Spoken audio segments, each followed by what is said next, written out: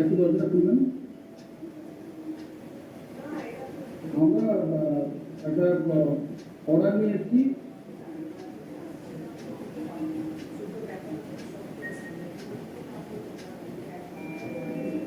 হ্যাঁ বলছি ওই পূর্ব বর্ধমান জেলার কালনা থেকে এসেছি। একটা এফআইআর হয়েছে আপনার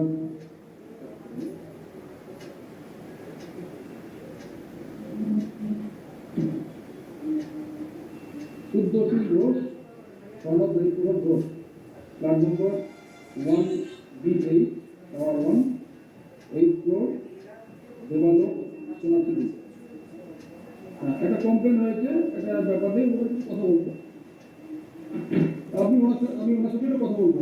ওনার অর্ডার আছে, ইন্ডিয়ান কালার অর্ডার আছে আমার। একটু ফাইলে দরজাটা খুলবেন।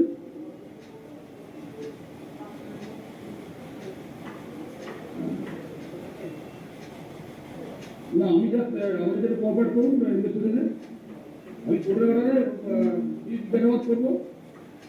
কোর্টের অর্ডার আমার কাছে আছে। আমি ওই যে নামটা বলি শুদ্ধশীল ঘোষ, ওনাকে ওনার সাথে কথা বলবো। বলুন।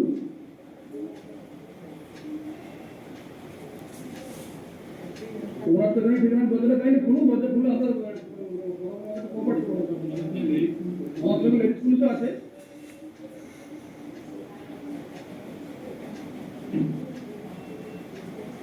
হ্যাঁ আমাদের কোর্টের অর্ডার আছে।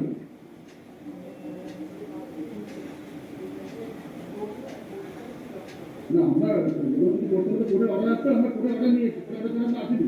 আমার কাছে এলডি এসিএম কান্না আমাদের অর্ডার রয়েছে। আপনি অর্ডারটা দেখুন। না বুঝলাম না, আমরা এখানে এসে কথাবার্তা বলার জিজ্ঞাসাবাদ করা আর কিছু জায়গায় কিছু সার্চ করা সেরকম অর্ডার আমরা নিয়ে এসেছি। আমাকে কল করেছিলেন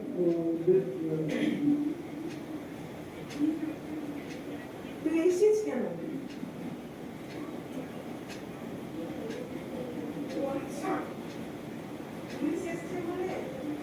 না আপনি একটু কভার করতে পারতেন, এমনি জাস্ট একটু কথাবার্তা বলা যেত। আর জানি না, এবার দরজা ভাঙছে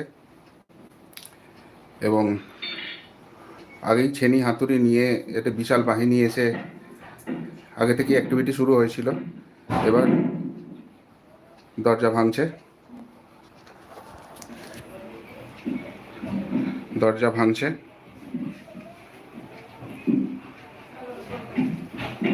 দেখুন আমার বাড়িতে কিভাবে দরজা ভেঙে পুলিশ ঢুকছে। হ্যাঁ দাদা, দরজা ভাঙছে। হ্যাঁ আমার বাড়িতে হচ্ছে দরজা ভাঙছে। হ্যালো, আমার বাড়িতে দরজা ভাঙছে। সব্যসাচীদা বলছে সার্চ করতে দিতে। না না, হ্যাঁ দাদা, দরজা ভাঙছে। হুম হুম হুম না, তার আগে আমাকে দু তিনবার আসবে বলেছে, না করলে দরজা ভাঙবো। কি করবো? এবার কি করব বলুন আপনি?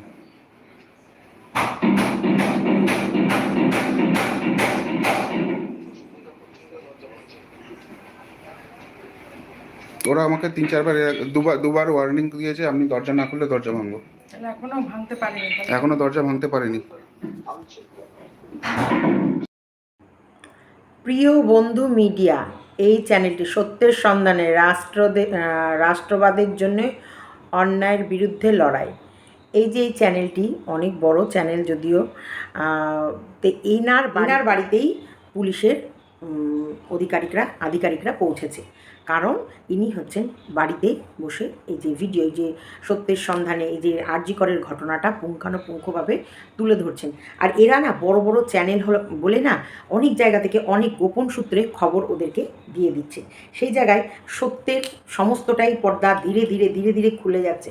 আজকে আরজি করের ঘটনাটা তোমরা একটু ভেবে দেখো, এই বিনীত গোয়েল আর এই ওসি অভিজিৎ যে মণ্ডল, এই অভিজিৎ মণ্ডল কি সত্যি এনার কি কোনো ক্ষমতা আছে যে এই এত বড় কর্মকাণ্ডকে উনি একটা উনার নিজের ইচ্ছাতেই এই প্রমাণগুলো গায়েব করেছে?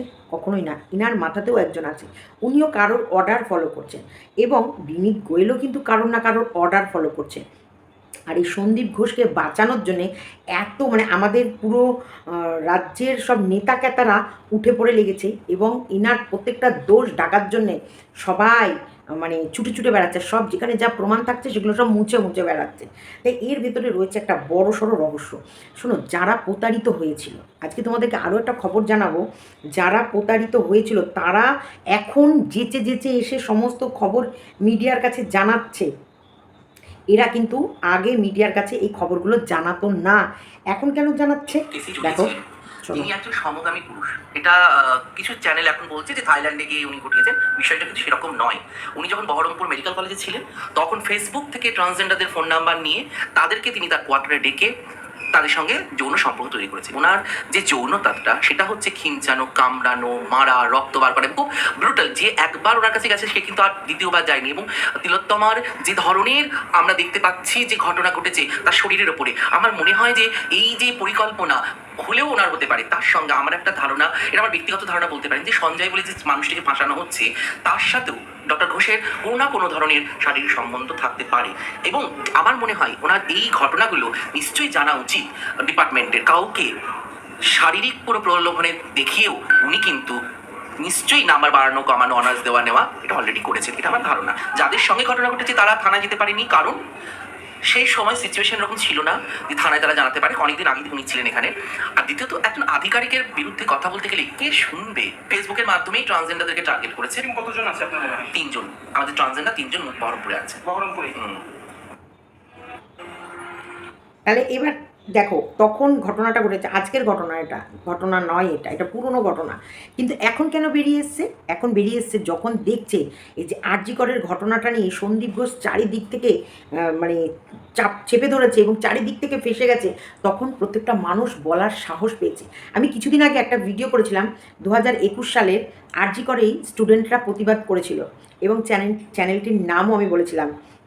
সেই চ্যানেলটিকে নিয়েও দেখবে আজকে প্রচুর খবর হচ্ছে যে আর.জি. করের আগেও স্টুডেন্টদের ওপর এই রকম অত্যাচার, আর স্টুডেন্টরা তখনও প্রতিবাদ তুলেছিল 2021 সালে, তখনও এই টাকা পয়সার লেনদেনে গড়মিল করেছিল এবং সেই কারণে সেই সময় তখনকার স্টুডেন্টরা প্রতিবাদ করেছিল এবং ছুটে ছুটে রাস্তা দিয়ে দৌড়ে পালাচ্ছে।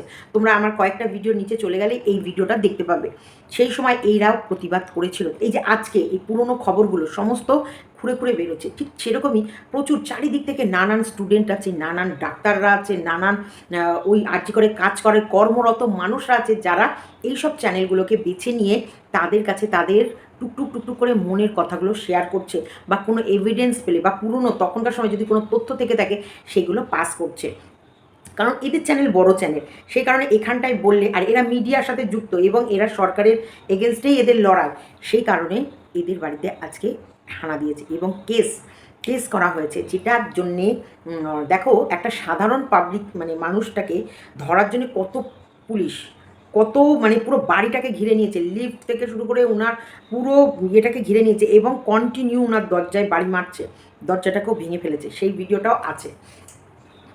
কিন্তু এবার আমি তোমাদেরকে বলি, তাহলে দেখো মানে সরকারের বিরুদ্ধে বলার সাহস কিন্তু চট করে কারোর আসে না, প্রশাসনের বিরুদ্ধে বলার সাহস চট করে কারোর আসে না। চুনোপুটি মানুষদের কখন কীভাবে গায়েব করে দেবে কেউ বলতে পারে না। তাই আজকে আর.জি. করের ঘটনাটাই সকলের সামনে মেয়েটির ওপর কীরকম নির্মম অত্যাচার হয়েছে এবং অত্যাচার করার পর মেয়েটার প্রত্যেকটা প্রমাণ সমস্ত এই ওপর মহলের লোকরা গায়েব করে দিয়েছে। আজকে পুরো পশ্চিমবঙ্গের ছেলেমেয়েরা, ডাক্তাররা আজকে এক জায়গায় হয়ে এই রকম রূপ, একটা গণ আন্দোলনের একটা ভয়াবহ রূপ নিয়ে এসেছে। তাই হয়তো আর.জি. করে আমাদের তিলোত্তমা বিচার পেলেও পেয়ে যেতে পারে, যে কাগারে আছে বা যে রাস্তায় হাঁটছে পেয়ে যেতে পারে। এরকম কত সাধারণ মানুষ আছে যাদের বিচার পাওয়ার কোনো রাস্তাই নেই, কোনো সুযোগ নেই, তারা বিচার পাওয়ার কোনো আশঙ্কা নেই, কোনো কিছুই নেই। কীভাবে একটা বাড়িকে ঘিরেছে, তাহলে এর চারানাও যদি তিলোত্তমার ওই মরদেহটাকে প্রোটেকশন দিত, তাহলে আজকে তিলোত্তমা বিচার পেত কি পেত না। রক্ষকই যদি ভক্ষক হয়, তাহলে তিলোত্তমার বিচারটা পাবে কার কাছে? আজকে ঠাকুরের আশীর্বাদে বা সত্যিকারের ভগবানের আশীর্বাদে যে এত মানুষের চাওয়া, শাক বাজছে, ঢাক বাজছে, উলু দিচ্ছে, চারিদিকে যেরকমভাবে চলছে, চারিদিকে মিডিয়া বলো, মানুষ বলো, সাধারণ জনগণ যেভাবে ডল নেমেছে, যেভাবে এদের এই তোমার হচ্ছে এই ধর্নাটাকে আরও উৎসাহ দিচ্ছে, যেভাবে ধর্নাটাকে আরও এগিয়ে নিয়ে যাওয়ার জন্য প্রত্যেকটা দলে দলে মানুষ যেভাবে এদের পাশে যোগদান করছে, যেভাবে প্রত্যেকটা স্টুডেন্টকে হাত পাখা দিয়ে মারা বোনেরা হাওয়া করছে, মানে পরিবর্তনটা সবাই চায়। কারণ যখন শাসক শোষণকারী হয়ে যাবে আর শাসক যখন চেপে ধরে একদম পুরো নিঃশ্বাস বন্ধ করে দিতে চাইবে, তখন একটা আলাদা জোয়ার আসবে, সেটা পৃথিবীতে কেউ আটকাতে পারবে না। তারপর তো শুনছি আরেক দলের পার্টি এখন এই স্টুডেন্টদের ভেতরেও একটা বড়সড় অঘটন ঘটানোর চেষ্টা করছে, যাতে শাসক দলের নামে দোষ দেওয়া যায়। এগুলো যদিও এখনও প্রমাণ হয়নি, যারা এরকম ভয়েস বাইরে বের করেছে তাদেরকে অ্যারেস্ট করা হয়েছে, যদি প্রমাণ পায় অবশ্যই সমস্ত সেই দিকেও নিয়ে হবে। তবে বিনীত গোয়েল মনে হয় সোমবার নাগাদ সিবিআই ডাকতে পারে বিনীত গোয়েলকে, তাকে জিজ্ঞাসাবাদের জন্য। কারণ একটা সাধারণ ওসির পক্ষে সম্ভব নয় এতটা বড় পদক্ষেপ বা এতটা মানে নেগলিজেন্সি কাজ করা, যেখানটায় বিনীত গোয়েল বারবার মানে প্রেস কনফারেন্স যখনই হয়েছে বলেছে না আমরা কোনো আমাদের এভিডেন্স নষ্ট হয়নি, আর আমরা ক্যালকাটা পুলিশ মানে একদম ভীষণ তৎপরতার সাথে এবং সুন্দরভাবে প্রত্যেকটা এভিডেন্স সুরক্ষিতভাবে রাখা আছে, যেগুলো সিবিআইয়ের হাতে তুলে দেওয়া হবে, যেগুলো সুপ্রিম কোর্টে তুলে দেওয়া হবে। সেইগুলোই এখন হিসাব মেলাতে পারছে না, কৈফিয়ত নিতে হয়তো সোমবার নাগাদ বা মঙ্গলবার নাগাদ ডাকতে পারে। এটার খবর তখন আসবে, আমরা অবশ্যই বলবো। কিন্তু এইভাবে প্রত্যেকটা মিডিয়ার মুখ যদি বন্ধ করার চেষ্টা করে, আলটিমেটলি মুখ তো ওদের বন্ধ করতে পারবে না, আরও জ্বালামুখী হয়ে উঠবে।